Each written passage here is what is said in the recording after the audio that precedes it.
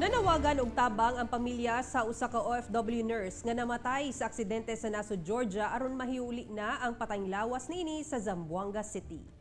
Nangayo karon og tabang sa gobyerno, ilabi na kang Pangulong Rodrigo Duterte ang pamilya ni Brian Vale de Guzman, ang Filipino nurse nga namatay sa aksidente sa paragliding samtang nabakasyon sa nasod Georgia.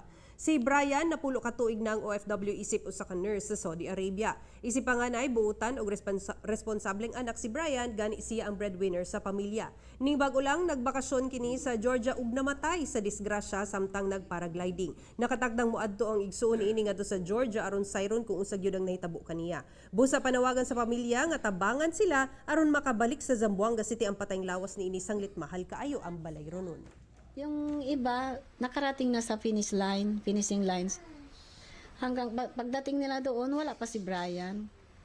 Na yun na, may nangyari na pala. Nananawagan po ako sa aming local government and also sa national government, especially to President Rodrigo Duterte, na tulungan po kami to expedite the process na mapauwi ng maaga yung remains ng kapatid ko na si Brian po.